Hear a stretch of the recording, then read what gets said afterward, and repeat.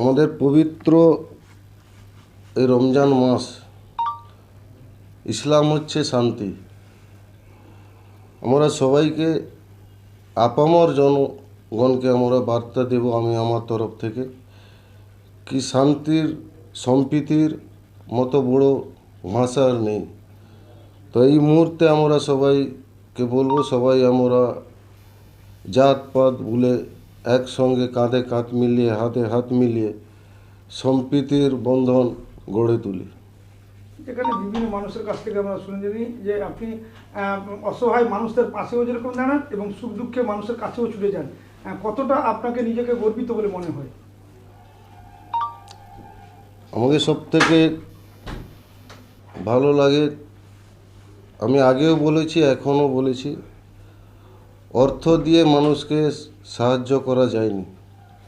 সাধারণ গরিব মানুষ, অসহায় মানুষ যখন আমার কাছে আসে তাদের পাশে দাঁড়ালে ওটাই সাহায্য, এবং তারা আমার কাছে এলেই আমি খুব নিজেকে গর্বিত মনে করি কি যেহেতু অসহায় মানুষ আমার কাছে আসে ওদের অভাব অভিযোগ বলে, আমি যতটা পারি চেষ্টা করি সাধ্যমতো ওদের সমাধান করার জন্য। কন্যাগাস্ত পিতার থেকে ক্যান্সার পেশেন্ট, বিভিন্ন অসুস্থ মানুষরাও আপনার কাছে ছুটে এসেন, যেখানে রং দেখেন না আপনি, কতটা ওনাদেরকে আগামী দিনে আশ্বাস দেবে বলে মনে হচ্ছে আপনার? এইসব ব্যাপারে আপনারা মনে কিছু বলবেন না, মানুষই বলবে আমি কি করি। আমি নিজে থেকে এই প্রশ্ন আমার মনে হয় আমি উত্তর দেব না, সাধারণ মানুষ যারা আসেন তারাই বলবেন আমি কি করি।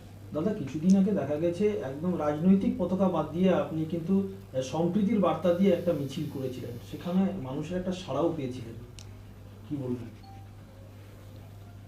বর্তমান দেশে যা চলছে আমার মনে হয়েছিল কি আমি একটা সম্প্রীতির বার্তা দেওয়া দরকার, তাই আমি আহ্বান করেছিলাম জাতি ধর্ম নির্বিশেষে সকলের কাছে কোনো রাজনৈতিক ব্যানার বাদ দিয়ে আমি আহ্বান জানিয়েছিলাম। আমার আহ্বানে জাতি ধর্ম নির্বিশেষে সব মানুষ সাড়া দিয়ে যে র্যালিটা আমার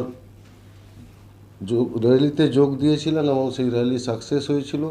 আমি ভাবতে পারিনি কি কাঁথির মানুষ আমার আহ্বানে এত বেশি করে সবাই এসে আমার আহ্বানে সাড়া দিবেন। আমি আগেও বলেছি আজও বলছি কি কাঁথি মানুষের কাছে আমি চিরকৃতজ্ঞতা থাকবো ওনাদের কাছে কি ওনারা সবাই চান একটা জিনিস দেখলাম আমি সেদিন কি আমরা যে যাই বলি কাঁথির মানুষ সেদিন বুঝিয়ে দিয়েছেন ওনারা চান সম্প্রীতি ওনাদের সব থেকে বড় ধর্ম।